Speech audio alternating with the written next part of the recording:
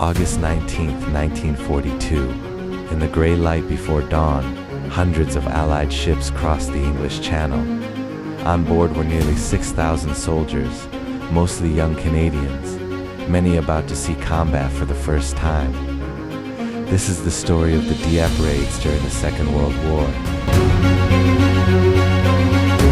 They believed the mission would be swift, precise, a daring strike to test Nazi Germany's defenses and help shape the future of the war.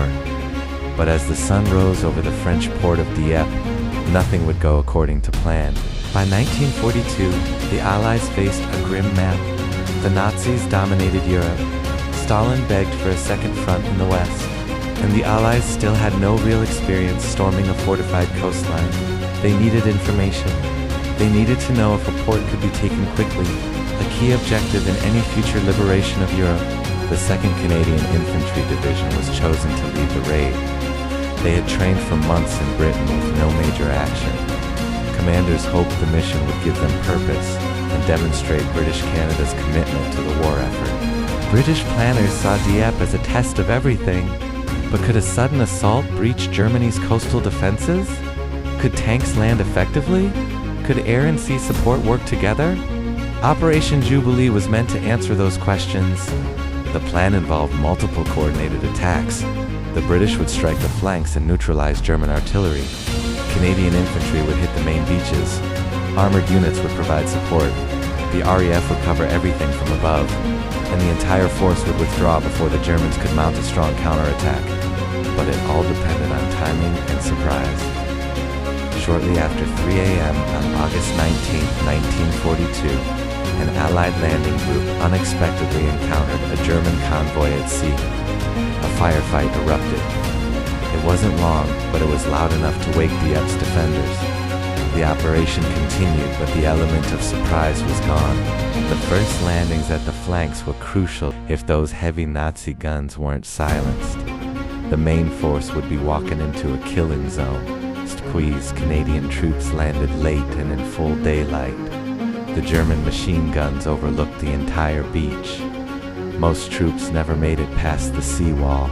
At Portville, another Canadian unit found early success, but without support from the opposite flank, they were isolated.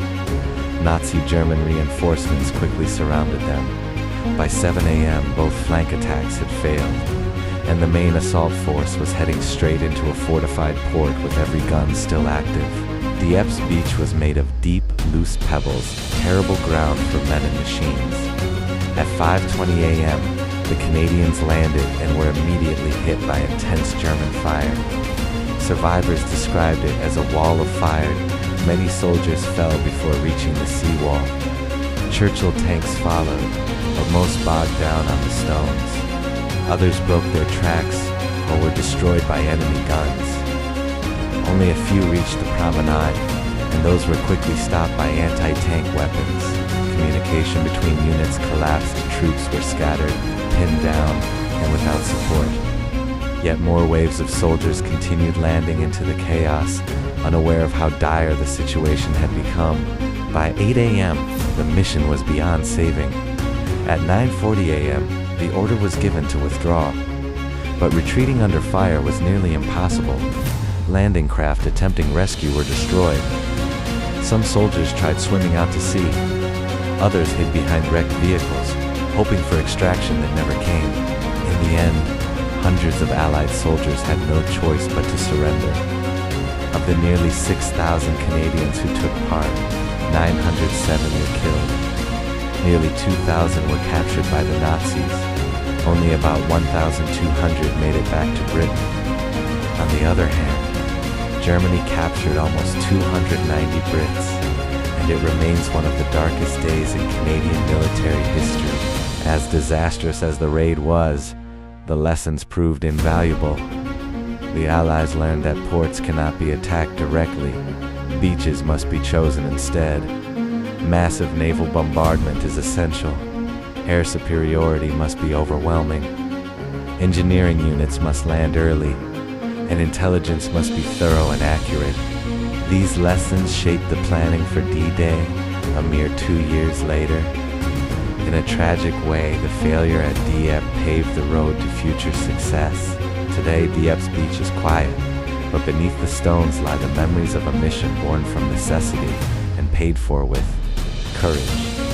The Dieppe Raids reminds us that even failure can reshape history, and that sacrifice, however tragic, can echo towards victory.